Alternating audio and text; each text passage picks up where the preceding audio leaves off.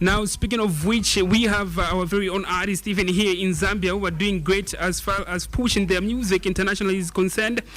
Just recently or early this year, we saw you have an interview with one of Zambia's finest hip-hop artists whose name is Makitu when he was dropping his Malaki song. How's Zambian music doing in UK?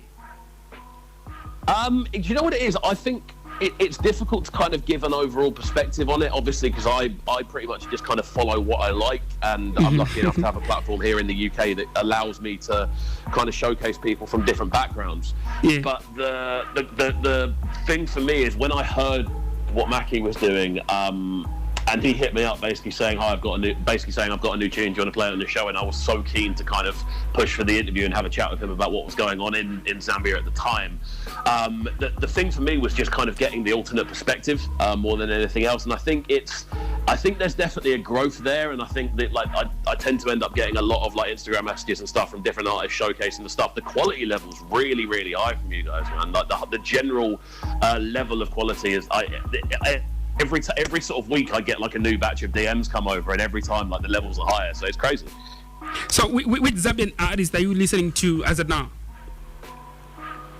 Who am I listening to? Obviously Mackie's like one of the main ones that I'm really, really keen on. There's a few people I've had on my show as well. I really like what Trinah South's doing. I think she's awesome. I really like the sound she's putting out there. And just in general, I like, the thing is I get sent so many I get sent so many sort of messages and DMs. It is generally quite difficult to keep up. But at the moment, for me, Mackie and Trinah South are the two that I kind of look for when I'm going through my messages to see if they sent anything new over. Whoa, that is a milestone for Trinah South, getting huge airplays right there in UK. And speaking of which, I would want to get your perspective with regards to what you feel the most important keys that can help one to penetrate international borders when it comes to pushing their music internationally.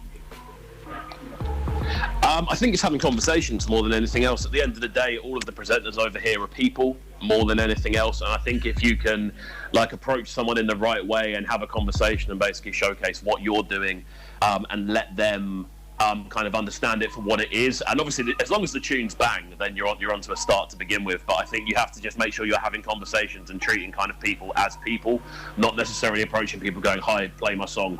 You need to kind of have a conversation and get to know the person who's kind of behind the personality, if that makes sense. Now, you've been in the media industry for a long period of time. And speaking of which, how many years have you been an entertainment enthusiast? I played my first DJ show when I was 15, so it's 13 years at this point. And I've always been involved in some way or another. Like, I've been involved in a lot of different areas of the industry, whether it be journalism or whether it be performing. But yeah, it's around 13 years now I've been pursuing it properly. So from your huge experience in the media industry, obviously and you've been a radio DJ, you know what makes a song to be an internationally started song. In your view, what makes a song to be an international accepted song?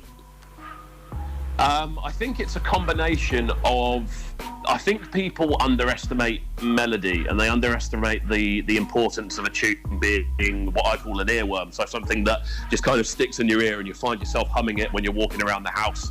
Like, for me, those are the most important things for a tune. Just making sure you have a melody that works, and also having a level of vocal that you're able to sing along to.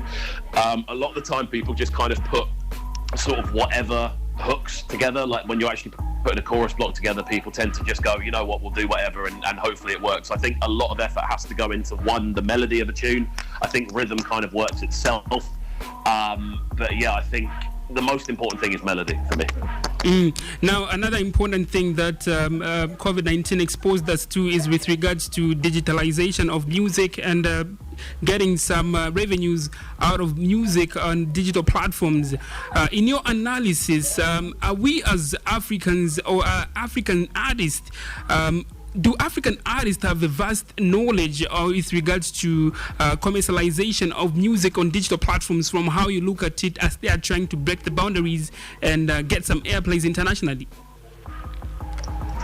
I think all the pieces are there. I think more than anything else, the most important thing that people need to be doing is just making sure they are showcasing themselves. You know, I think when it comes to digital marketing and essentially using social media feeds and things like that, a lot of the time people are trying to replicate what other people are doing rather than almost amplifying themselves. And for me, if you're being yourself, but like an amplified version, that's the best way to be. That's the best way to kind of showcase what you're doing.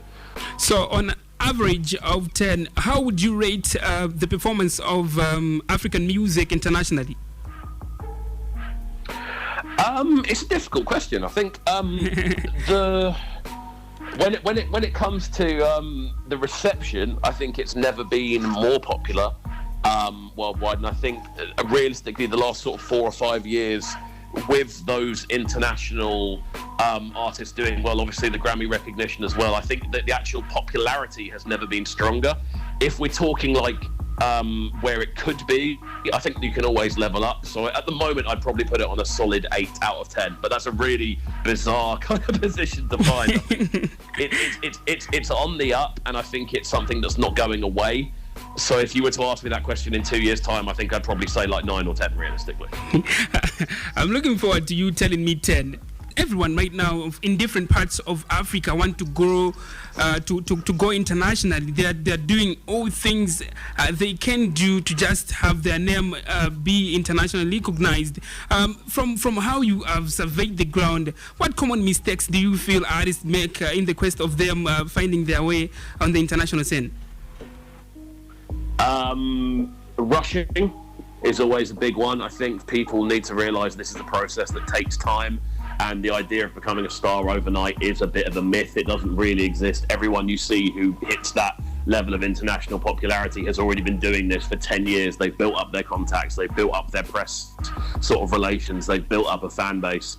And people rushing and trying to act like they're superstars before they are is always a bit of an issue. I think more than anything else, just taking time and again, reaching out to people as people rather than sort of seeing everything as like, I need to get there as quick as I possibly can. It's a long journey, and the more you kind of accept that it's going to be a long journey, the funner it is. What is the impact, the negative impact you think is there for artists who are rushing themselves to just get international recognition?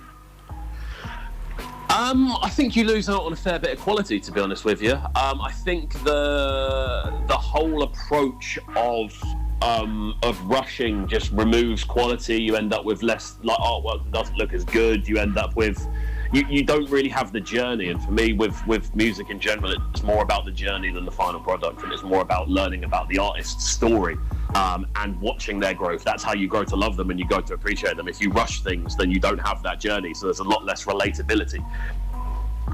So before we come to the end of this interview, besides having talked about having talked about Zambia as well as Nigeria, which other artists you think from Africa is the world supposed to be on the lookout for? Whom you think these guys will make it big, maybe by the end of 2021? Again, the one I'm a massive fan of is Trinah South. Everything that she drops, like I'm so keen on watching. You know when you see an artist that you're just like super keen on being like, you want to keep on top of what they're doing. I think Trinah South's amazing with what she does. As well as that, it's difficult to kind of highlight people again, because I speak to different artists every single day, but I'm just kind of trying to rack my brains to come up with some names. There was someone I spoke to recently. There's an artist called Joba, who I think is African originally but has moved to the UK now. With what he's doing, he's making some really cool stuff. There's an artist called J Trigger as well, who was actually the artist who first put me on to what was going on in Zambia. He's making some amazing stuff, really vibrant sounding stuff as well, and just there's a lot of personality behind what he does. They would probably be the main ones. I think J Trigger definitely is in a similar position to Trinah for me. You've talked about Trinah South, if I'm not mistaken, for over 5 times. You've mentioned Trinah South in this conversation for more than 5 times, if I'm not mistaken. What pick up lyrics from any of the Trinah South songs? I just want to prove that you know Trinah South. I think what she does, the energy she has, because she was on my show quite recently, and the energy she has projecting within the tunes she makes. For me, there's just there's a vibrancy which you don't, which you know, when you get certain artists that really kind of hit home and they just naturally connect with you. I feel out of everyone, Trinah's had that had that effect on my show. And there was a couple of bits. Again, I play like different. I play probably an entirely different playlist every week, so my listening, the names of tunes just goes right out of my head. But there was a tune she had a while back. Proper kind of, it was like a fusion of kind of dancehall and Afrobeat, very kind of electronic in the way it sounded. It was along the lines of Turn Up or something like that was the title. And I can't remember the exact title, but it was something along those lines. And I played it every day, I think, for a month, and it just slapped. And I think being able to combine that sort of vibrancy with a sort of club energy, which she does really, really well, that was the thing that stood out for me for her. I'm sure she's really grateful as she's listening to this conversation, or she will be tagged to listen to this conversation. But as we are slightly coming to the end of this interview, Kovu, I would want you to speak to an uprising star here in Zambia who's thinking of going international, but they don't know the right channels to use. What advice would you offer unto them? I mean, YouTube's always a good one. Getting a good music video together is always a good thing. I think, to be honest, promoting via